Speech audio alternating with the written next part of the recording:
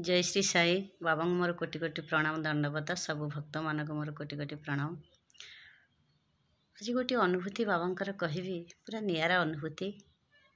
माने समस्ते जानिचंदी जे बाबा बेसी कुकुर रूप को बेसी भल पाती। आ सब भक्त माने भी पारायण रे पढ़ी मंदिर को गले कुकुर को लडू दबा कि घर को आसिले कुकुर को रुटी खंडे दबा एमती भारी भल पाई था। कारण बाबा जहाँ करती भक्त मान तो छुआ मान तो से करेंगे ना। किंतु से कुकुर विषय गोटे अनुभूति कहूँ आजिकल बेसी मंदिर को गले आगे बेसी चोरी होता चपल फपल एवं आतेटा ना। तथापि किए छोट बुद्धि करुच्ची मुझे किंतु समस्ते जदि नुआ हिलटे कि नुआ बुटे पिंधिकी जाती बहुत गहली थाए। बड़ बड़ साई मंदिर रे देखिए बहुत गुरुवार बहुत गहली होता है, भिड़ होता है। तारी भितर जी नुआ चप्पल पिंधिकी जाए मन सब चप्पल पाखे थाए काले किए नहीं जीवनी तो आगे बहुत पुराणा थोक नुआ नहीं जाऊ थे। एमती भी शेरी भी आमर से घटना होता जो बाबांकर जो तो माने जो डोनेट हुए बाबांकर मिल्स हो से लाइन रे छिड़ा हाँ टिकेट करने पड़ी थाए। सेठी बाबूंकर मोर आम पिला दिटा बसई लाइन रे थाउ टिकेट कला भितर बाबूंकर जड़े चप्पल जड़े भल चप्पल नहीं गला।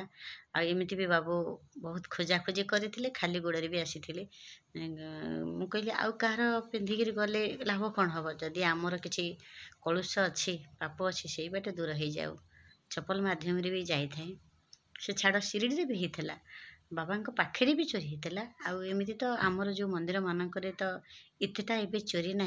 धन्यवाद देवी बहुत परिवर्तन हो गले आगे भल भल चप्पल सब नहीं जाती। सेमती मु गुरुवार दिन जाए मंदिर संतरा आमर कुजंग संतरा आम बेसी से जाए तेणुक बहुत भिड़ थाए कौन गोटे वार्षिक उत्सव होता है कि कौन बहुत भिड़ थाए। एमती भी पूरा मेन रोड गाड़ी घोड़ा पूरा फुल सब तापरे मंदिर तो जहाँ बहुत ऊपर अच्छी तले तो आम चप्पल सब थोक जा मुझे नुआ हिलटे मु पिंधिकी जाए एत गहली भितर आम टे बहुत समय रहा पड़ो मंदिर रे। कारण मंदिर रे भजन करार थाए आमको कही था जे तुम भजन किसी कर बोली बाबू को मोर कि आम बाबांकर गोटे दीटा भजन जदि चान्स मिले गाई था सब सिंगर मैंने आसी था तारी भितर आम गाई था। मुझे कहली मन मने मोर टिके आसला बाबा को कहली बाबा मु तो बहुत समय रही मंदिर भितर आज पुणी नुआ चप्पलटाए पिंधिकी आसी भल चप्पलटाए कालकाटा आनी मो भल चप्पलटाए ये खाली कही मुझे जहाँ हम हम हूँ तो किए नियंतु न नियंतु सी दला चकड़ा कुआडे किए फोपाड़ी देव बहुत लोक गहली थाए।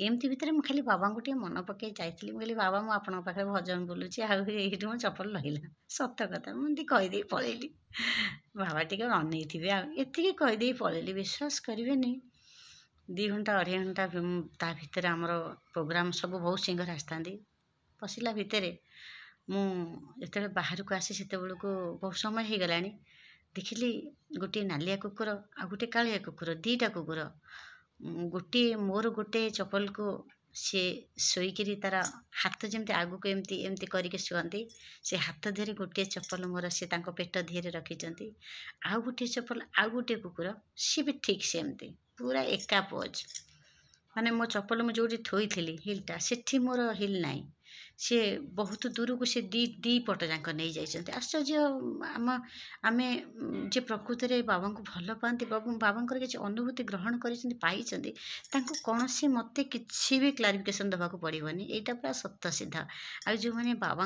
विषय न जानी घृणा करते से एमती भी करते बाबा एमती भी मेसेज करुँच मुझे सब बुझाऊँ आपण मैंने एमती अन्याय करतुनी पाप करतुनी बाबा को सब विश्वास करते बाबा आपण पाखे निश्चित पहुँची जाए। आज भले अच्छा काली असुविधा बाबा को डाकतु ना बाबा क्षमा करदे आप कृपा करेंगे यहाँ मुझे भोगी अनुभव कर मुझे मंदिर देखिली मुझे आमर दरिद्र नारायण मौसा मासी बसी था ସେଠି ଆଉ ଟିକେ ବହୁତ ଭିଡ଼ ଥାଏ। ମୁଁ ସେଇଠି ହିଁ ମୋ ଚପଲଟା ଥୋଇ ଯାଇଥାଏ। ମଉସା ମାଉସୀ ମୋର ଚିହ୍ନା ହେଇଗଲେଣି, ସେ ଟିକେ ଲକ୍ଷ୍ୟ ରଖିଥାନ୍ତି ଯେ ମୋ ମା ଯାଇଛି, ତାଙ୍କୁ ତାଙ୍କ ପାଇଁ ଖାଇବା ନିଏ, ପଇସା ପତ୍ର ଦିଏ। ମା ଟିକେ ବହୁତ ଚିହ୍ନି ଗଲେଣି। ମହାପ୍ରସାଦ ବି ମୋ ଠାରୁ ନେଇଛନ୍ତି, କହନ୍ତି ତୁ ମୋ ଠାରୁ ମହାପ୍ରସାଦ ଦେଇଛୁ, ତୁ ଆମର ଝିଅ ଜଇଁ, ଏମିତି କହି ବାବା ମାନେ ସେ ମଉସା ମାଉସୀ ଟିକେ ହେଲମେଟ୍ ରଖନ୍ତି, ଚପଲ ବି ଜଗନ୍ତି। ସେଦିନ ଟିକେ ଯେହେତୁ ବାର୍ଷିକ ଉତ୍ସବ ଯଜ୍ଞ ଫଜ୍ଞ ହେଉଥିଲା, ଆମେ ବହୁତ ଲୋକ ଭିତରେ ମୁଁ ଟିକେ ଏବେ ଯଜ୍ଞ ଯେଉଁଠି ହେଉଥିଲା ସେଇଠି ମୁଁ ରଖିଦେଇଥିଲି।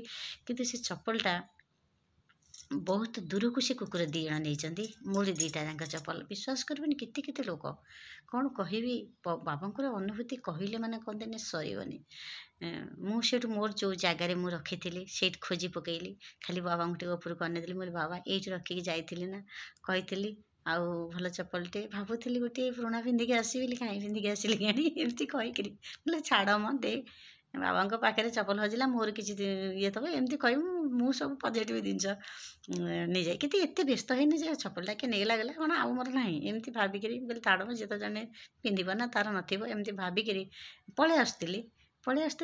ପୁଣି କାହିଁ ମନ ହେଲା ବହୁତ ଚପଲ ଯେଉଁଠି ଗଦା ହେଇଛି ସେଇଠି କୁକୁର ଶୋଇଛନ୍ତି 2 ଜଣ, ଜାଣିନି କୁକୁର ନେଇଛନ୍ତି ବୋଲି, କିନ୍ତୁ ବହୁତ ଚପଲ ଯେଉଁଠି ଅଛି। ମୁଁ କହିଲି ସନ୍ଧ୍ୟା ହେଲା, ମୋତେ କହିଲେ ଗଲୁ ସେଇଠି ଦେଖିବୁ କାଳେ ଦଳା ଚକଡ଼ାରେ ସେ ଚିଟିକା ଚିଟିକିରେ କାଳେ ପଳେଇ ଯାଇଥିବ। ଦେଖିଲା ବେଳକୁ ଚପଲ ସେ ଦଳା ଚକଡ଼ାରେ ସେ ମୋ ଚପଲ ନାହିଁ। ବହୁତ ଖୋଜିଲି, ତାପରେ ଅନେଇଲା ବେଳକୁ 2ଟା କୁକୁର ତାଙ୍କର ମାନେ ଯେମିତି ନିଶ୍ୱାସ ନିଅନ୍ତି ଜିଭକୁ ଏମିତି କରନ୍ତିନି, ସେମିତି କରିକିରି ମାନେ 2ଟା ଯାକ ଚପଲ, ଗୋଟିଏ କାଳିଆ କୁକୁର ଗୋଟିଏ ପଟ ଧରି ଶୋଇଛି, ଆଉ ଗୋଟିଏ ନାଲିଆ କୁକୁର ସେ ଗୋଟିଏ ପଟେ ଧରି ଶୋଇଛି। ମୁଁ ସେଇଠୁ ମୋର ନିଜକୁ ମୋ ବାବାଙ୍କୁ ଟିକେ ମୁଁ ଧନ୍ୟବାଦ ଜଣେଇଲି, ପ୍ରଣାମଟେ ଜଣେଇଲି। ମୁଁ କହିଲି ବାବା କ'ଣ ନ ଜାଣନ୍ତି, କ'ଣ ନ ଶୁଣନ୍ତି ଆପଣ, ଆଉ କିନ୍ତୁ ଆମେ ଚଣ୍ଡାଳ ବାବାଙ୍କୁ ଠିକ୍ ସମୟରେ ନା ପୂଜା କରୁଛେ, ନା ଠିକ୍ ସମୟରେ ପ୍ରସାଦ ଦେଉଛେ, ଯେତିକି ପାରୁଛେ ସେତିକି କରୁଛେ, କିନ୍ତୁ ବାବା ହୁଏତ କ'ଣ ଖୁସି ଅଛନ୍ତି କି ନାହାନ୍ତି ବାବାଙ୍କୁ ଜଣା। ଆଉ ତାରି ଭିତରେ ଏଇ ଗରିବ ଝିଅଟିଏ ମୋର ଯେତିକି କର୍ତ୍ତବ୍ୟ କରେ, ମୁଁ ମୋ ବାବାଙ୍କୁ ପୂଜା କରେ। ତା ଭିତରେ ମୋ ବାବା କହନ୍ତି ସବୁବେଳେ, ସ୍ୱପ୍ନରେ ବାବା କହନ୍ତି ଏକାଟିଆ ମନ ଦୁଃଖ କରି କେବେ ବସିବନୁ, ତାରି ଭିତରେ ତୁ ନିଜକୁ ନିଜେ ଖୁସି ବାଣ୍ଟିବୁ। ତୋତେ କିଏ ଖୁସି ଦେଉ ବା ନ ଦେଉ, ତୁ ସବୁବେଳେ ଖୁସିରେ ରହିଲେ ତୋର କୌଣସି ରୋଗ ହେବନି, ତୋ ଶରୀର ସୁସ୍ଥ ରହିବ। ତୋତେ ଏକାଟିଆ ଘର କାମ କରିବାକୁ ପଡ଼ିବ। ତୁ ଯଦି ସବୁବେଳେ ମନ ଦୁଃଖ କରିବୁ, ସବୁ କଥା ଭାବିବୁ, ତାହେଲେ ତୋର କିଏ ଅଛି? ବାବା ମୋତେ ସବୁବେଳେ ସାହସ ଦିଅନ୍ତି। ସତ କଥା, ସବୁବେଳେ ମୋ ବାବା ମୋତେ ସାହାଯ୍ୟ ଦିଅନ୍ତି। ଆପଣମାନେ ନିଶ୍ଚିତ ବାବାଙ୍କୁ ଭଲ ପାଆନ୍ତୁ, ବାବାଙ୍କୁ ଶ୍ରଦ୍ଧା କରନ୍ତୁ। ବାବା କହିଛନ୍ତି କିଛି ମୋର ଦରକାର ନାହିଁ ରେ, ତୁ ମୋତେ ଖାଲି ଥରୁଟିଏ ମନ ପକେଇଦେନା, ନିଶ୍ଚିତ ଡେରି ହେବ କିନ୍ତୁ ଆମେ ଫଳ ଆଶା କରିବାନି। ବାବା ନିଶ୍ଚିନ୍ତ କୃପା କରିବେ, ହୁଏତ ଟିକେ ଡେରି ହେଇପାରେ କିନ୍ତୁ ଆମ ଭଲ ପାଇଁ ଯାହା କରିବେ ସେ ଆମ ମଙ୍ଗଳ ପାଇଁ। ବାବା କେବେ ତାଙ୍କ ପିଲାମାନଙ୍କୁ ଖାଲିରେ ପକେଇ ଦେବେନି। ଆଉ ଯଦି ତୁମ ପାଇଁ କିଏ ଖାଲ ଖୋଳୁଥିବ, ସେ ଖାଲିରେ ବାବା ଆଗ ନିଜେ ପଡ଼ିଯିବେ। କାହିଁକି ନା ଗୋଟେ ଉଦାହରଣ ଅଛି, କୁମାରଶାଳରେ ସେ ସ୍ୱାମୀ ସ୍ତ୍ରୀ 2 ଜଣ ଥିଲେ, କିନ୍ତୁ ଯେତେବେଳେ କୁମାର ତା ସ୍ତ୍ରୀକି ପଠେଇଦେଲା, ସେ ତା ନିଜ ଛୁଆକୁ ମନ ନଥିଲା, ଗଳି ପଡ଼ିଲା ଭିତରେ ନିଆଁ ଇଏରେ କାଳେ ପୋଡ଼ିଯିବ ବୋଲି ବାବା ନିଜ ହାତ ପୋଡ଼ି ଦେଇଥିଲେ। ବାବାଙ୍କ ହାତ ପୋଡ଼ି ଯାଇଥିଲା, ଆପଣମାନେ ତ ସମସ୍ତେ ପଢ଼ିଛନ୍ତି। ଠିକ୍ ବାବା ନିଜେ ଖାଲିରେ ପଡ଼ିଯିବେ, ଆମକୁ ସେ ଖାଲିରୁ ରକ୍ଷା କରିବେ, ଏତିକି ଭରସା ରଖିବା ନିହାତି ଆବଶ୍ୟକ। ଆମେ ଯେ ପର୍ଯ୍ୟନ୍ତ ଅଛ ବାବାଙ୍କୁ କେବେ ଛାଡ଼ିବାନି, କେବେ ଯୁଗେ ଯୁଗେ ଜନ୍ମଦିନେ ମୋ ବାବା ମୋତେ ମିଳିଥାନ୍ତୁ। ମୋତେ ଖାଲି ଏକା ନୁହଁ, ଯେଉଁମାନେ ମୋ ବାବାଙ୍କୁ ଭଲ ପାଉଛନ୍ତି ସମସ୍ତଙ୍କୁ ମୋ ବାବା କୃପା କରନ୍ତୁ। ଜୟ ଶ୍ରୀ ସାଇ, ଜୟ ଶ୍ରୀ ସାଇ, ଜୟ ଶ୍ରୀ ସାଇ। ବାବା ରେହେମ କର, ସମସ୍ତଙ୍କୁ କୃପା କର ବାବା।